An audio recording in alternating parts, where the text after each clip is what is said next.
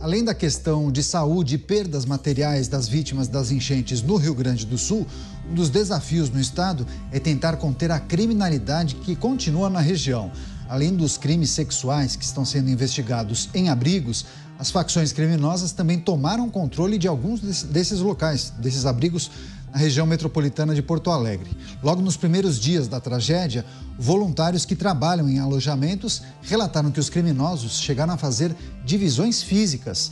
Os grupos teriam escolhido locais estratégicos para os integrantes e tomaram controle, inclusive, do repasse de alimentos e roupas. A Polícia Gaúcha ainda descobriu um sistema de teleentrega de drogas nesses alojamentos e abrigos em algumas cidades do estado do Rio Grande do Sul. Assunto importante para a gente repercutir com os nossos comentaristas. Roberto Mota com a gente, ao vivo, diretamente do Rio de Janeiro. Mota, seja bem-vindo, uma ótima noite a você. Bem-vindo de volta, inclusive, o Mota. Ontem não participou com a gente. Ápice da crise humanitária em meio à tragédia e agora crime organizado tomando conta de muitos abrigos. Além dos crimes sexuais que nós destacamos aqui em alguns programas, também eles estão desviando as doações. Situação muito crítica, né, Mota? Muito crítica, Caniato. Boa noite a você, boa noite meus colegas de bancada, boa noite à nossa audiência. Antes de fazer o meu comentário, eu queria dividir com vocês uma homenagem que eu recebi ontem da Câmara Municipal de Campinas, um diploma de mérito jornalístico.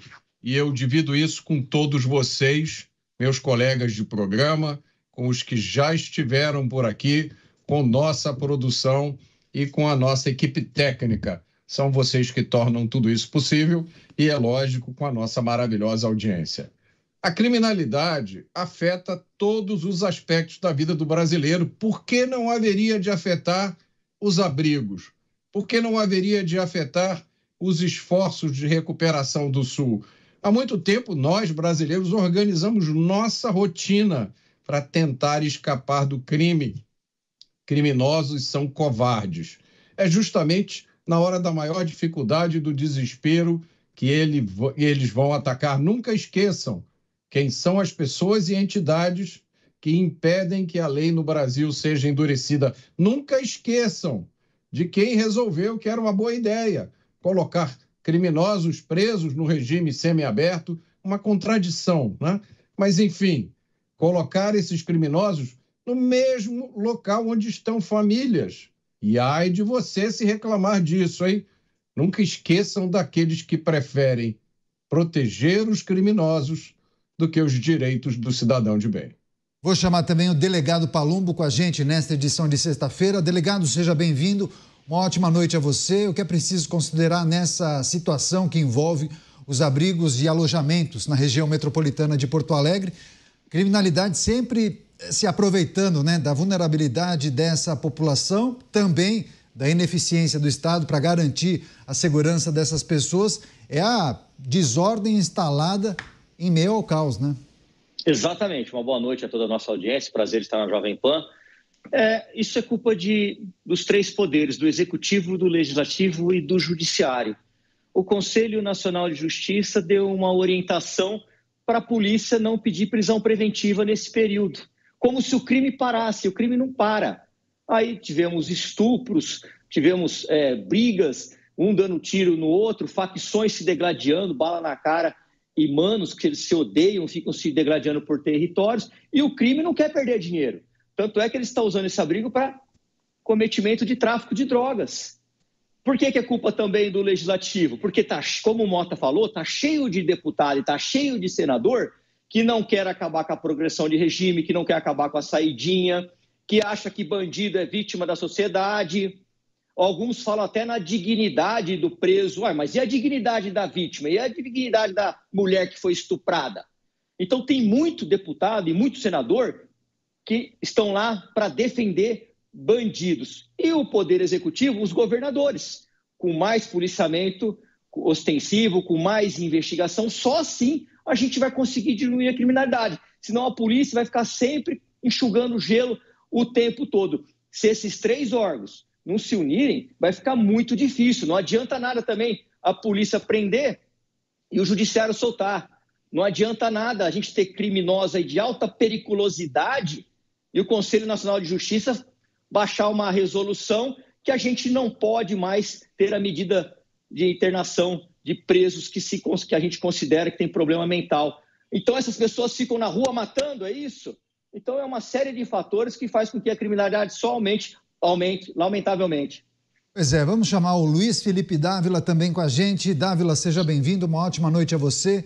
Crime organizado se instalando nesses abrigos ali no Rio Grande do Sul, especialmente na região metropolitana, não à toa. Trouxemos a informação a alguns programas de casos de violência sexual nesses abrigos contra mulheres, crianças, adolescentes, uma situação terrível. E, além disso, essa informação que eu trouxe por último, identificaram também uma espécie de delivery de drogas para atender aquela comunidade. Imaginando, né? Famílias inteiras ali e aquela droga sendo distribuída, crianças, adolescentes, idosos. Que situação, hein, Dávila? Situação dramática, né, Canhoto? Boa noite para você, para o delegado Palumbo e principalmente para o Mota. Parabéns, Mota, por esse reconhecimento do seu brilhante trabalho que você faz no jornalismo. Mas vamos aqui tratar de 3 pontos que me parecem fundamentais. Primeiro, parece que na hora do caos, a justiça desaparece, a polícia desaparece. O próprio governo justificou isso. Não, nossa prioridade é salvar vidas. Bom, mas salvar vidas significa também preservar vidas. Evitar que mulheres sejam estupradas, evitar que pessoas sejam roubadas, evitar que esse tráfico de droga continue no momento de enorme insegurança das pessoas. Pior, no momento psicológico que você passa por uma situação tão dramática como foi a questão da enchente no Rio Grande do Sul, as pessoas estão nos abrigos preocupadas com as suas casas, que estão sendo roubadas e assaltadas por esses criminosos. Veja que absurdo, Canhoto. Que absurdo nós chegamos ao ponto de que, além de todo o trauma dessa experiência, medo de ser extorquido pelo crime, medo de ver sua residência roubada, medo de ver a sua filha estuprada, é uma vergonha. O Estado não cumpre o seu papel fundamental, que é manter a ordem. É isso que nós precisamos da segurança pública. E o crime organizado, como você bem sabe, vive de 3 fontes de receita. A primeira é o tráfico de drogas, que continua. Aliás, até em caminhões de mantimentos, alimentos, havia droga. É uma coisa inacreditável. A segunda receita é justamente essa extorsão que eles costumam fazer de cobrar o que eu chamo de taxas de proteção. Então, você tem que ficar dando dinheiro para o crime lá para poder viver em paz. Veja só, em vez de pagar a polícia, tem que pagar o crime organizado, né? Então, assim, a gente está num ponto... e a terceira coisa são as atividades legais, que nós já discutimos aqui no Pingo nos Is. Ou seja, tem as próprias atividades legais, que eles são donos de posto de gasolina, dono de transporte público, lixo, etc. Então, o crime organizado continua atuando a despeito da tragédia no Rio Grande do Sul e mostra a vulnerabilidade da polícia. Além de todas as medidas que o próprio delegado Palumbo colocou, falta inteligência. Nós ontem aqui elogiávamos a atuação da polícia em São Paulo, como essa integração da base de dados faz com que a polícia tenha inteligência. E a inteligência que vem combatendo o crime, como mostrou aqui em São Paulo ontem, que na notícia que divulgamos, como uma das maiores apreensões de cocaína da história. Isso não é só a polícia efetiva, é a inteligência ajudando a polícia a desmantelar a principal fonte do crime organizado, que é o tráfico de drogas. Pois é, eu vou retomar com o Roberto Mota, inclusive com todos na tela agora. Quero só reforçar uma informação compartilhada, inclusive, pelo delegado Palumbo, que informações divulgadas pela Secretaria de Segurança Pública do Rio Grande do Sul e, além disso, do Ministério da Justiça, esses crimes, viu, Mota, estariam sendo cometidos por 2 facções locais, Bala na Cara e uma outra chamada Os Manos, desconhecia, o delegado Palumbo chegou a adiantar há pouco. Agora, esses órgãos também dizem que, por enquanto, Comando Vermelho, facção muito conhecida que atua no Brasil inteiro, mas oriunda do Rio de Janeiro, e também o PCC, uma facção nacional, mas que começou em São Paulo, não teriam interesse em penetrar no Estado. Por enquanto, né, Mota? Essa discussão me parece um pouco, Canhoto, como discutir sexo dos anjos. Eu vou perguntar de novo, vou dar mais uma chance, vou acreditar na boa-fé das pessoas. Onde está a GLO? Onde está a operação de garantia da lei e da ordem? O que exatamente está faltando para que ela seja decretada? Eu sei a resposta e vou responder. O que está faltando são estadistas. O Estado brasileiro, aquele mesmo Estado que pretende regular minuciosamente o que a gente pode ou não pode dizer nas redes sociais, é um Estado incapaz de regular o funcionamento de abrigos. Os pequenos tiranos burocratas do Brasil estão sem dormir, preocupados com as fake news.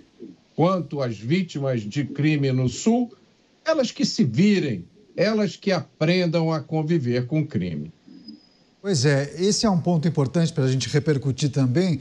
Delegado Palumbo, há alguns dias o próprio governador do estado chegou a rechaçar essa ideia de instauração de uma GLO. É um dispositivo que tem que ser autorizado pelo presidente da República, mas naturalmente o governador poderia manifestar essa vontade, esse desejo, essa necessidade. Tem uma questão política importante para destacar, para ele não optar por esse dispositivo. O governador perderia protagonismo?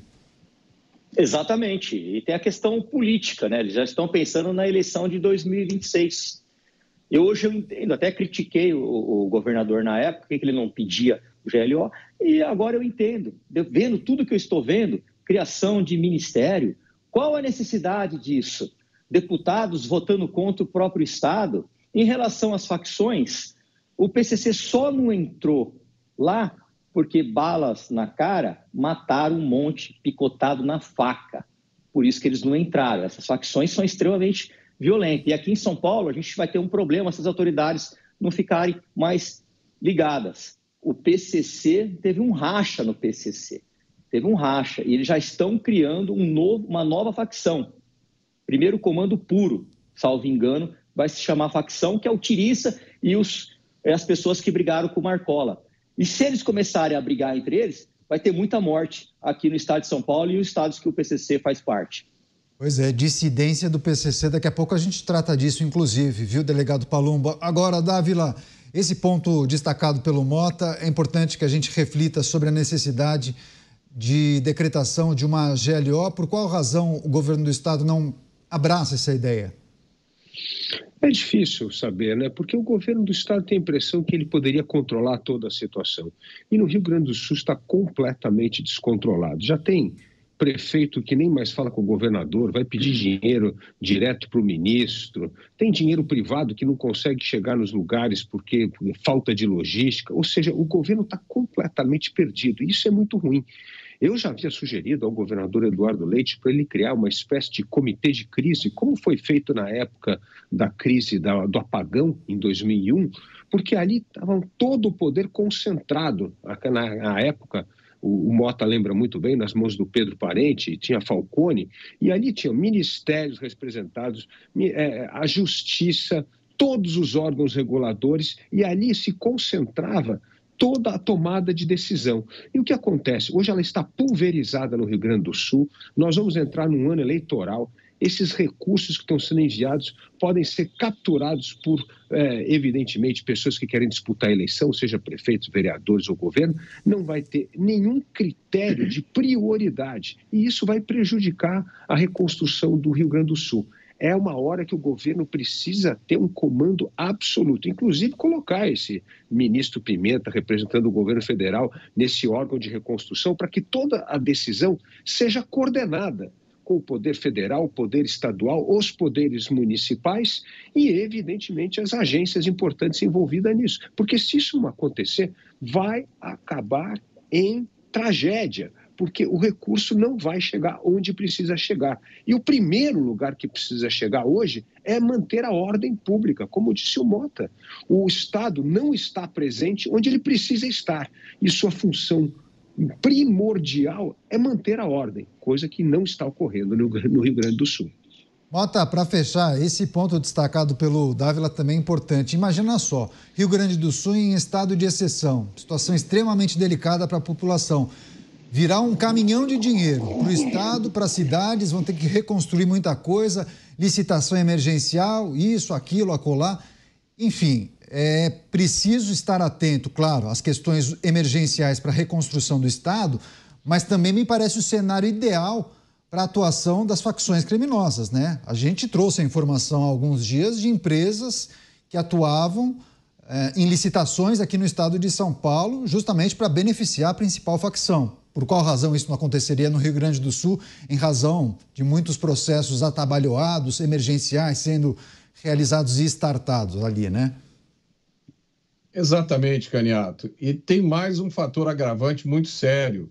São mudanças recentes, decisões que vêm sendo tomadas nos últimos tempos aqui no Brasil, que anulam, que invalidam investigações que foram feitas com fartura de evidências sobre alguns dos maiores escândalos que já aconteceram nesse país. Imagine qual é a mensagem que está sendo passada para as pessoas que daqui por diante vão ficar encarregadas de administrar essas grandes quantias de dinheiro público. Imagine qual é a mensagem que essas pessoas estão recebendo nesse momento. Claro que a gente vai seguir acompanhando essa situação que envolve o estado do Rio Grande do Sul, sempre olhando para a questão das pessoas que sofrem com tudo isso, mas também esse aspecto da criminalidade e também a gestão da segurança pública nesse momento.